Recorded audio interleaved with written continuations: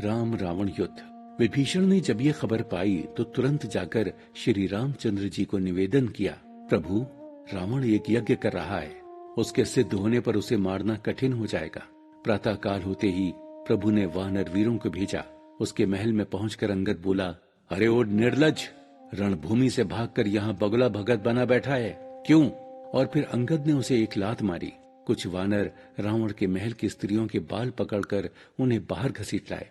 स्वयं को अत्यंत दीन अवस्था में पाकर राक्षसियां सहायता के लिए रावण को पुकारने लगीं। वानरों ने लात घूंसों से मार मार कर उसका यज्ञ बीच में विध्वंस कर डाला। वानर वीर खुशी खुशी प्रभु के पास लौट आए। इससे क्रोधित होकर रावण ने आदेश दिया, युद्ध का डंका बजाओ। निशाचरों की अपार सेना रणभूमि की ओर चल पड़ी।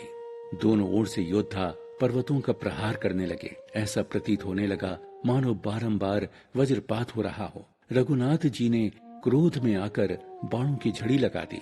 बाण लगते ही वीर चीत्कार कर उठते और चक्कर खाकर भूमि पर गिर पड़ते हैं। वीर धरती पर इस प्रकार गिर रहे थे जैसे नदी किनारे वृक्ष ढह रहे हों। योगनियां खप्परों में भर भर कर खून जमा करने लगी। गीदड़ों के समूह कटकर शब्द करते हुए मुर्दों को काटते खाते हुआ हुआ करने लगते। मुंड भी जय जय बोलते घूमने लगे। रावण ने मन में विचार किया कि राक्षसों का नाश हो गया, मैं अकेला हूँ और वानर भालू असंख्य हैं, अतः अब माया रचकर ही लड़ूं। कैसी विसंगति है, रावण रथ पर है और प्रभु श्री राम पैदल ही लड़ रहे थे। तब मातली हर्ष के साथ इंद्र का रथ ले आया और सारथी बनकर प्रभु को उस पर चढ़ा लिया। प्रभु को रथारूढ़ देखकर सब वानर वीरों में जोश भर गया। रावण ने माया रची। वानरों ने अनेक राम लक्ष्मणों को देखा।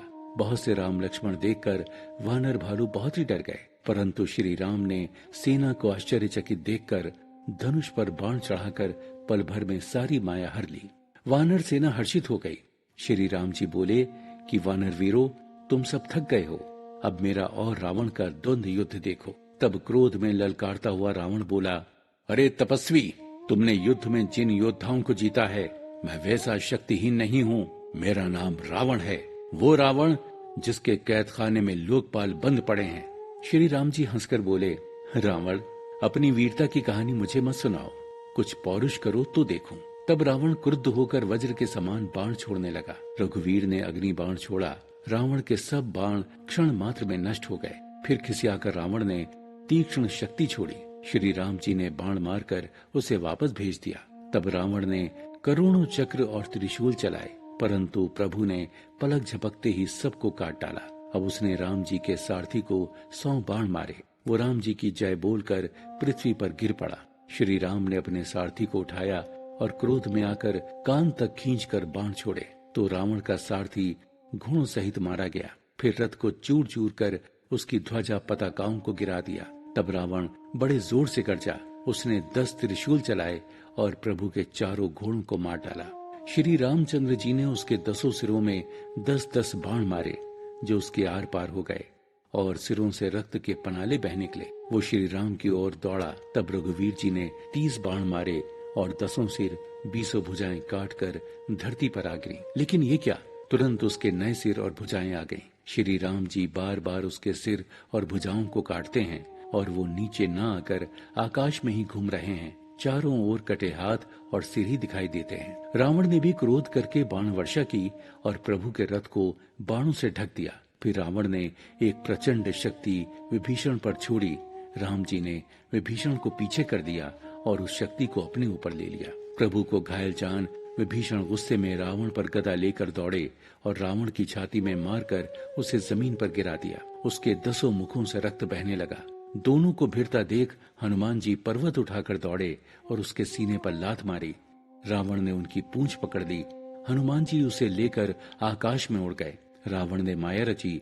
चारों ओर करोड़ों रावण दिखाई पड़ने लगे। वानर वीर डर कर भागने लगे। प्रभु ने क्षण भर में सब माया काट डाली। देखते ही देखते अंगद ने रावण के पैर पकड़कर उसे धरती पर पटक दिया और राम के पास भाग आए। रावण धूल झाड़ता हुआ उठा। रावण ने क्रोध में आकर बाण मारा तो हनुमान सहित सब वानर मूर्छित हो गए। तब जामवंत ने अपने दल को खतरे में देखकर रावण की छाती में अपनी लात का प्रचंड आघात किया जिससे रावण व्याकुल होकर रथ के नीचे गिर पड़ा। त्रिजटा सीता संवाद। उसी रात त्रिजटा ने सीता जी के पास जाकर युद्ध की सब कथा कह सुनाई। रावण की नई भुजाओं के उगने का समाचार सुनकर सीता जी व्याकुल हो गईं। उनका मुख उदास हो गया, मन में चिंता पैदा हो गई। तब सीता जी बोली, हे माता, अब क्या होगा? सब प्रकार से संसार को कष्ट देने वाला ये राक्षस किस प्रकार मरेगा? ये रघुनाथ जी द्वारा सिर काटने पर भी नहीं मरता। ये कहकर जानकी जी अनेक तरह से विलाप करने लगी। त्रिजटा ने कहा, हे राजकुमारी, देवताओं का शत्रु रावण हृदय में बाण लगते ही मर जाएगा। प्रभु उसे इसलिए नहीं मार रहे हैं कि उसके हृदय में आप बसती हैं। सीता जी के हृदय में बड़ा विषाद हुआ। तब त्रिजटा बोली, हे सुंदरी, सुनो, मैं बताती हूं वो कैसे मरेगा। सिरों के बार बार कटने से वो व्याकुल हो जाएगा और उसके हृदय से तुम्हारा ध्यान हट जाएगा। तब श्री राम जी रावण के हृदय में बाण मारेंगे और वो मर जाएगा। फिर उसने सीता जी को बहुत प्रकार से समझाया। जानकी जी श्री राम के विरह में दुखी होकर मन ही मन भारी विलाप करने लगी।